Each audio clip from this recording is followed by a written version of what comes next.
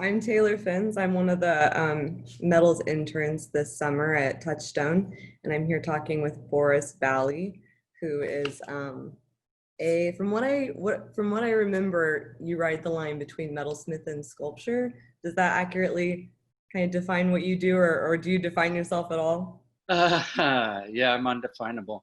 No, I am, I guess I'm a metalsmith because that encompasses everything from jewelry to sculpture. It's actually, it should be materialsmith because wood is in there and sometimes glass and whatever I can lay my hands on. But I like that. I like that. I like materialsmith. I feel like I'm headed in that direction too. That's cool. yeah, I think actually a lot of metalsmiths are materialsmiths, right? Yeah. And you Yeah, learn how to put things together and how to take things from somewhere and turn them into something new. We're the modern alchemists. So totally, absolutely. I feel that way. That's awesome. I've really appreciated how the metalsmith community, at least since I haven't been in it for very long, but have really blurred the lines as to what can be considered metalsmithing. And we need to workshop the term, and I'm fine with that because I think it's really cool to work with so many materials. Well, actually, I had before we get into it, I had met you once at ECU, and I was just really new to the program. It was like 4 or 5 years ago, and you came over and sat down and had lunch with me and gave me a little bit of advice. I forget what I uh-oh, it was good about. advice. You Huh? forgot. I hope it was good advice. I think it was inspired by some like nervousness I had about being in the field, or like sorry about that. Uh, some nervousness I had about whether or not being in the field professionally was like practical. And you had said, uh, The you best had, I said was, "Don't do it. Don't do it." yeah, no, you had said, move out to the city and make a lot of work and get famous, and then move out to the country and get That's away from it, and then just make. And I'm like, I like that. That's what I want to do. Uh, so that stuck with me though, and now it's kind of fun to be here and asking you more questions now and kind of like touching base on that again. So yeah, I have a list of questions here. First, were there any specific influences or life events that inspired you to start creating?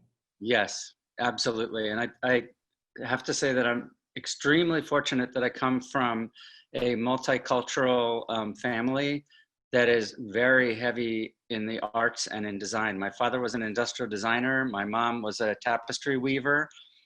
Currently, she's a totem pole carver. I mean, art was the only language we really spoke, which is really kind of very different from a lot of other people's experiences. And my parents came to this country from Switzerland. So they took the Swiss culture, and I was actually born here in Chicago, grew up in Pittsburgh, but because of their Swiss background, I got a lot of kind of Swissness and Swiss philosophy as far as, you know, art and craft and workmanship and OCD-ness. And then I was blessed with being, you know, from the USA, where you learn to reach beyond what you normally would do, and that's not a Swiss concept. Usually Swiss, you try to keep it real technical and tight and do very predictable things. And the wonderful thing about this country is that you can shoot for the stars and nobody's going to stop you. You're free to do it. So I would say my parents are a huge influence. Thanks to my father, who wrote to his family in Switzerland. After high school, I was able to apprentice for a goldsmith in Switzerland, and that, of course, was pivotal. I also realized that I didn't want to just be confined to a jeweler's bench and make little shiny things for rich people. And so I went into art school, and I learned a lot of the basics about, you know, composition and color and, you know, sculpture and 3D and all the things that you learn as a basic art student, which was invaluable, really. And that was at Tyler School of Art. And then I heard Carol Kamada, who I think she still teaches at Carnegie Mellon. I'm not sure if she's retired yet, but I heard her speak at Tyler, and she so inspired me that I dropped Tyler after my sophomore year, and I transferred right to Carnegie Mellon, and I loved her. And one of the things I loved about her is that she would just let me be. She was there if I needed her, but she let me explore on my own. And just to back up a little bit, it's actually answer some of the questions that you have. It kind of ties into it, is that I've been, since I was a wee bab, since I was a little kid, I've always kind of joined making things with marketing them with kind of a social situation in that, you know, when I was doing landscaping, I got my friends to do it with me. I made some money, you know, and then the landscaping would turn into a, hey, do you need a sculpture for over here or something like that? And then that turned to making skateboard decks. And so suddenly, you know, I was selling skateboards to my friends, making money. And then I thought, you know, let's make a skateboard club and we can have a competition. So commerce has always been a kind of the thing that I realized from an early age on, that it would feed the need. It would feed the needs. It would keep me going. And every time I made a bunch of money, I would reinvest in whatever I was working on with tools. And so, you know, ultimately now I have the most amazing workshop that I've ever wanted, because I've always invested in, you know, a new tool here, a new tool there. So I think since I was young, I was always interested in kind of sustaining myself through the work and realizing there was a financial component to it. Yeah, and it sounds like you really kept yourself open to just about any option that came up, and as long as it was creative and inspiring, you kind of took hold of it. And it sounds like that really helped you to be able to like build up a studio and get to a point where maybe you can be a little more particular about what jobs you're doing. Right. Well, that's eventually what you dream about and hope for. I mean, I've done some of the stupidest things that people, basically, it's kind of funny. I'm thinking about doing this with you today, and I'm actually building a deck in my backyard, a huge deck, and I'm almost too old physically to do it. It's killing me. But that's actually how I got through art school. In the summers, I would take jobs, I would market myself and get jobs building decks and hire my friends to help me build the decks.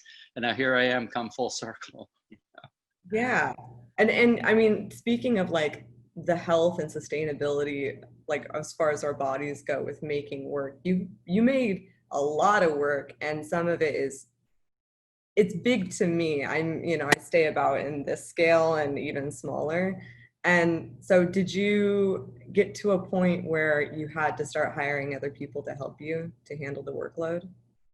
Yeah, and that, you know, a lot of it just like what you said, things, I think it's really important as an artist is to remain open to any possibility that comes your way and try to find the positive in it and see where it can lead, because you never know where some tiny little insignificant thing that doesn't sound that appealing might actually lead to this amazing project. And I think as a kind of a basic philosophy as an artist, you need to be like a positive person that can always say, you know, I'm going to try that. Something good will come from that. Always kind of like be a yes person. Say, you know what, I can do that.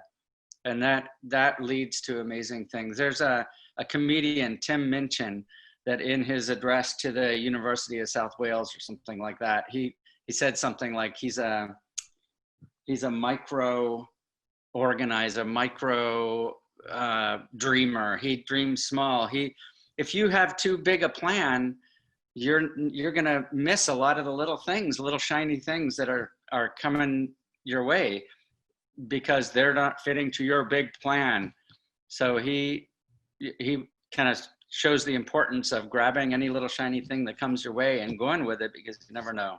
Anyway, That's pretty zen. I was listening to a philosopher last night who basically said the same thing, as if you set your path too strictly, then you might never actually find your true happiness, because you're not looking for the things that you're not planning for, you know? And so right. if you kind of ease up a little bit, you might find the gems that you wouldn't find otherwise. And, you know, contrary to what I just said, I do think it's important to have some idea what the direction you're heading. it's kind of stupid to go forth with no plan. You'll end up being a ski bum on some mountain in Colorado working a ski lift. Mhm. Which could be a good thing, whatever, Yeah. that could be your dream. I'm not knocking it, but after college, I actually did sit down. And this was actually, I think it might've been advice from my dad. He said, you know what, sometimes if you're kind of overwhelmed by the place you are, sometimes it's a good idea to make like a 5-year plan, a 10-year plan, and a life plan. Like, picture yourself being an old guy like I am now. What do you want when you're old? What do you want? Like, I don't know. It forces you to think about it and then kind of work backwards. And that's, and then like a 10-year plan, and that ends up being working backwards from your life plan. And then like really immediate, like a 5-year plan. What do I want to achieve in the next 5 years? Hopefully, I don't know. I want to apply for a fellowship. God, wouldn't it be cool if I got some kind of support to do what I do through an arts foundation? Or, I really want to teach a course. I wonder if I could teach a course at Touchstone. Oh man, that would be just amazing. Little things like that lead you to the life plans in different ways. And as you go into your 5-year plan or your 10-year plan, you start changing the life plan a little bit because you're discovering new things that can be done. And I think that's kind of what happened to me. Is now that I look back after all these years of doing this, what I do, 40 years, 40 years I've been doing this, which is crazy. But I look back and I wouldn't change a thing. I can't believe how close to kind of the life goal, how close I've gotten to what I hoped I'd get to, whatever that is, whatever this is. And now I'm at a loss. Like, what's the next 5-year plan? What's the next plan? I have no idea. You're happy. Just, yeah, a big part of my life now is kind of like staying healthy and working out. And is that my cat? Sorry about that. Kitty cat's meowing. Anyway, back to your question about people that are pivotal in my life. I will say there have been 2 or 3, maybe a handful, maybe a dozen of mentors that have kind of taken me under their wing, have given me knowledge, have seen me as a colleague, not an equal, but they wanted to mentor me, and it's changed my life. One of those people was Thomas Mann, who I met at the Shadyside Summer Arts Festival when I was 14 or 15, doing my first craft show. Some little snotty-nosed kid, and the guy, he was nice to me. He was cool to me, and that meant the world to me, that some really cool hippie dude guy that looked like he knew what he was doing with jewelry would actually talk to me. And he wrote to me, and he stayed in touch all these years. As a matter of fact, last week we talked. I mean, we've been in touch for 40 years. It's crazy. And that's kind of affirmation you want as a kid. You're wondering, am I doing the right thing here? You're always wondering. I'm still wondering it.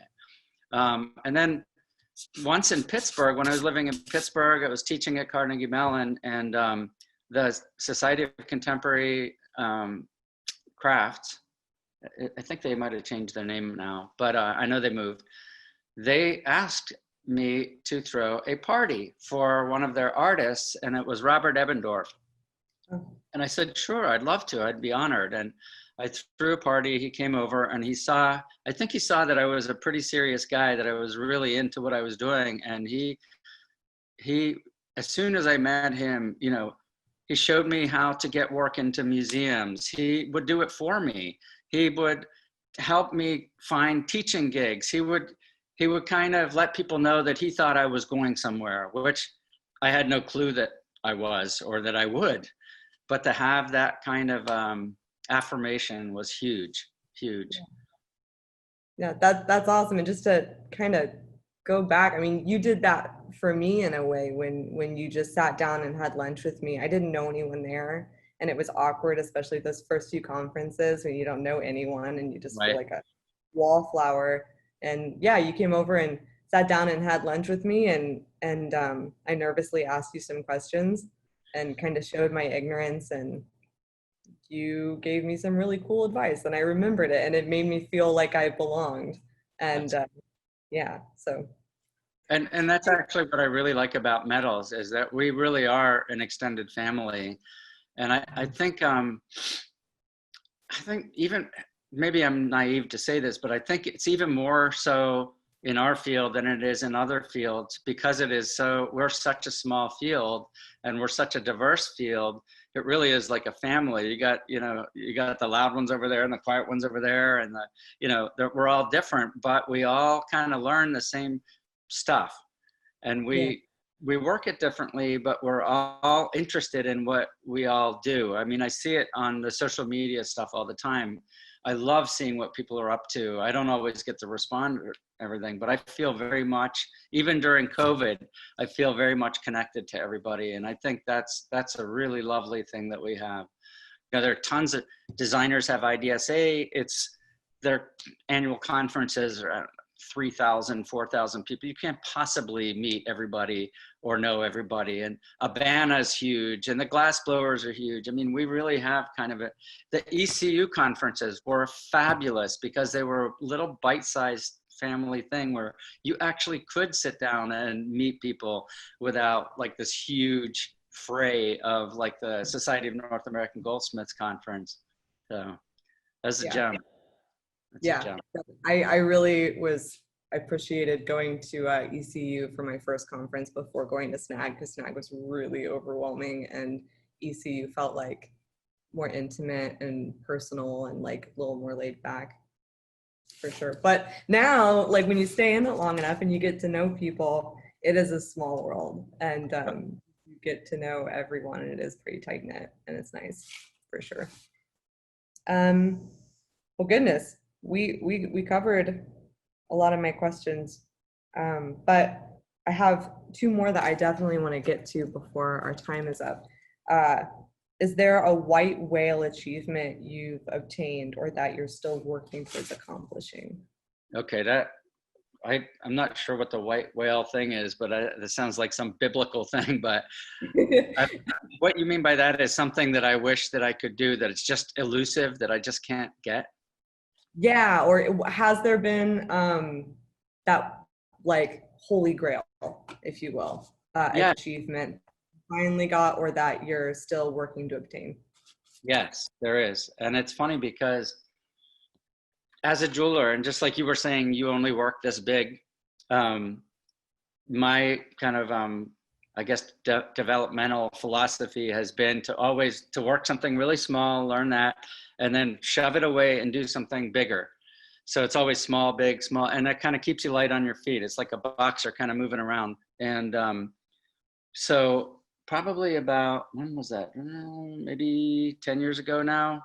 10 years ago now, I made a mural on the side of a building, which was, I don't know, 35 feet tall or something like that. And it blew my mind. I loved it because it kind of took all the stuff I learned from jewelry and design, and it combined it with the traffic sign stuff, and it combined it with working with a team of engineers and a designer and construction people and the scrapyard to get the sign. I mean, it was like a whole kind of culmination of a whole team. And this was in Gaithers, Maryland, for a parking garage, the side, big wall piece. And I loved it. And I thought, you know what, that's what I want to do more of.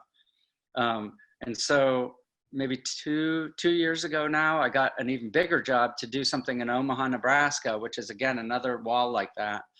And I've been trying. I want to do an entire wall, a huge 300-foot long wall with these tiles, and something so big and so, you need a team to do something like that, something so involved that it can absorb me for a year's worth of work and also pay me for it. And so I've been trying, and I tell everybody, to be an artist, you have to persevere. You have to take the rejection after rejection after rejection. And I will tell you honestly, I have tried at least 20 times, if not more, every year to apply for public works grants to fund something like this. And for the past 5 years, I've tried, and they keep falling through and they keep not working. And I know that, was it he said that said you miss 100% of the shots you don't take? Well, Mhm. I keep trying and trying, waiting for that one goal, like when that one email that doesn't say, "We're sorry to inform you, you got rejected again," and they say, "Well, Boris, you're a finalist. We'd like to pay you $500 to come up with the final," so I can smell it, I can taste it, but it's just not happening. So Well, I'm sure, I hope it will for you. Thank for you. sure. Just Thank you. I hope so. I hope so. one more question, and this is good because it's kind of, I feel like, the start of the conversation, and we'll end it here too. Do you have any words of wisdom you would like to share with an aspiring artist? Well, aside from what I told you, which, by the way, was you summed it up, but in a more complex way, it was, move when you're young, move to a bigger city where it's denser, it's harder to live, there are more people, you can make more contact, there are more opportunities. It's true.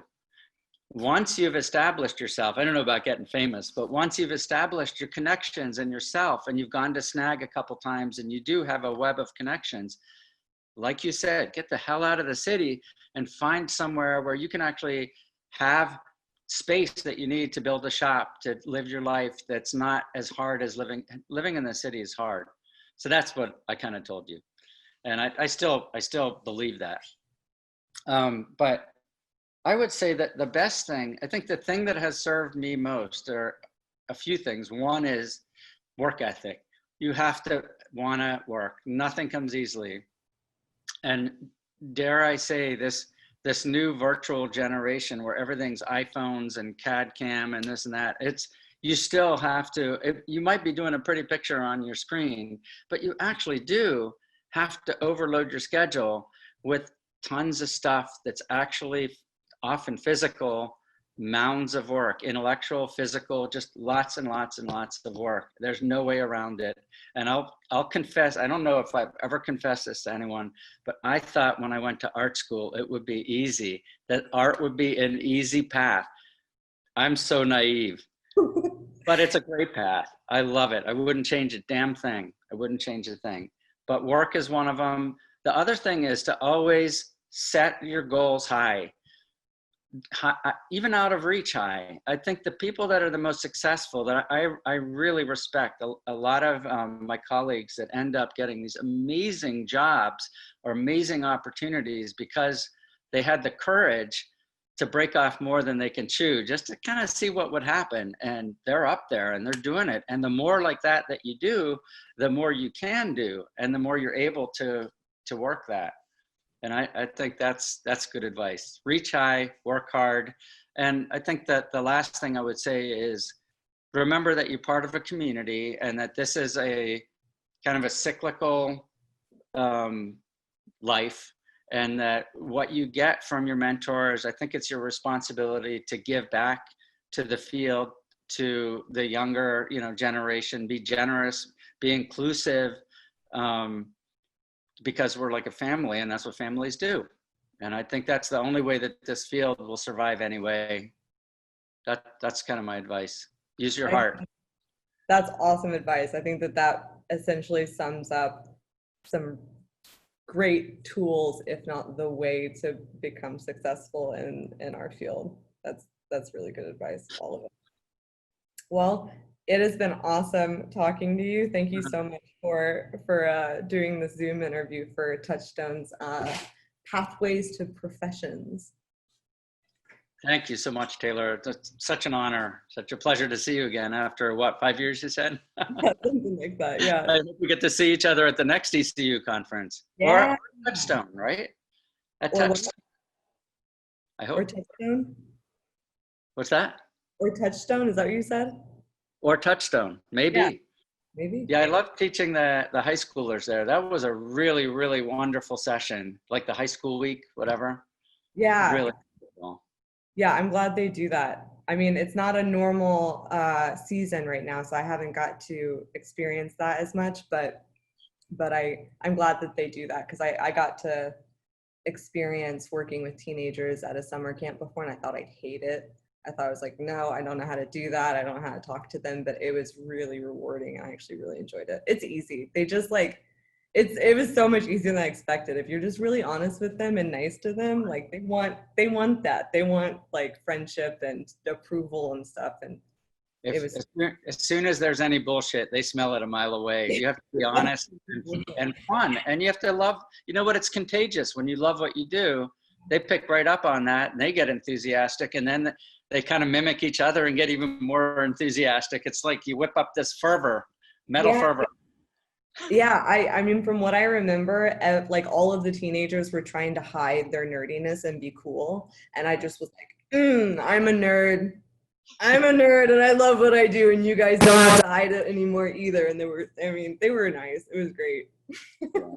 Wow. So, yeah. All right. Well, thank you, Taylor. Appreciate it. Thank you. I hope you have a great season at Touchstone, and I hope to see you again soon. Yeah, same. Okay. All right. Bye.